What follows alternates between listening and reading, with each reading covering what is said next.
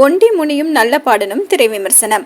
பரோட்டா முருகேசன், கார்த்திகேசன், சித்ரா நடராஜன், முருகன், விஜய் சேனாதிபதி, விஜயன், விகடன் மற்றும் பலர் நடிப்புல சுகவனம் இயக்கத்துல நடராஜன் சங்கரன் இசையில வெளிவந்திருக்கும் படம் தான் ஒண்டி முனியும் நல்ல பாடனும்.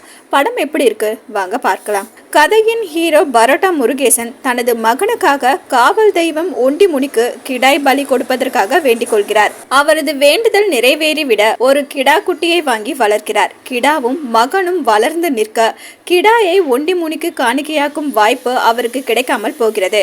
காரணம், அந்த ஊரில் இருக்கும் 2 பண்ணாடிகள் தங்களுக்கு இடையே இருக்கும் மோதலால் கோவில் நிகழ்வுக்கு வராமல் இருப்பதுதான்.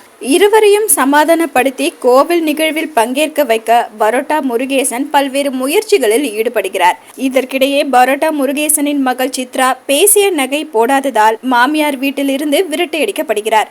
மறுபக்கம் அவரது மகன் தன் காதலுக்காக மோட்டார் சைக்கிள் ஒன்றை வாங்குவதற்கு ஆட்டு கிடாயை விற்க முடிவு செய்கிறார். இப்படி பல பிரச்சனைகளுக்கு மத்தியில் பரோட்டா முருகேசன் தனது வேண்டுதலை நிறைவேற்றிய காவல் தெய்வத்திற்கு தனது ஆட்டுக்கிடாயை பலி கொடுத்தாரா இல்லையா என்பதை ஒரு நிலத்தின் வாழ்வியலாக சொல்வதுதான் ஒண்டி முனியும் நல்ல பாடனும்.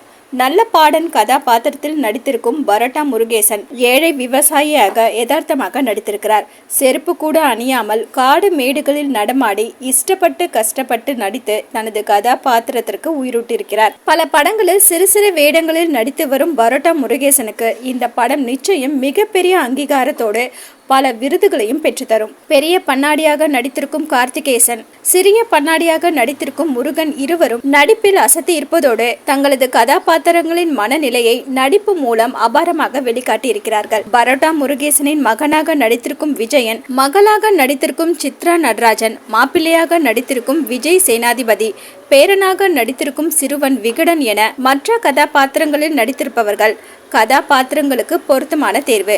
பாடல்கள் இல்லை என்றாலும் பின்னணி இசை மூலமாகவே தன்னை தனித்து காட்டி வியக்க வைத்திருக்கிறார் இசையமைப்பாளர் நடராஜன் சங்கரன். ஒளிப்பதிவாளர் விமல் தனது கேமரா மூலம் கதை களத்தையும் கதை மாந்தர்களையும் அவர்களது வாழ்வியலையும் நம் கண் முன் நிறுத்தியிருக்கிறார். சாதாரண கதையாக இருந்தாலும் அதை சுவாரஸ்யமாக சொல்லும் இயக்குனரின் திரைக்கதைக்கு கூடுதல் சுவாரஸ்யம் சேர்க்கும் வகையில் காட்சிகளை தொகுத்திருக்கிறார் படத்தொகுப்பாளர் சதீஷ் குரசோவா. எழுதி இயக்கியிருக்கும் சுகவனம் ஒரு சாதாரண கதை கருவை திரைக்கதை மூலம் சுவாரஸ்யமான திரைப்படமாக மட்டுமின்றி ஒரு மண்ணின் வாழ்வியலை சிறப்பான படைப்பாகவும் கொண்டு வந்திருக்கிறார். மொத்தத்துல ஒண்டி முனியும் நல்ல பாடனும் மனதில் ஒட்டிக்கொள்ளும்.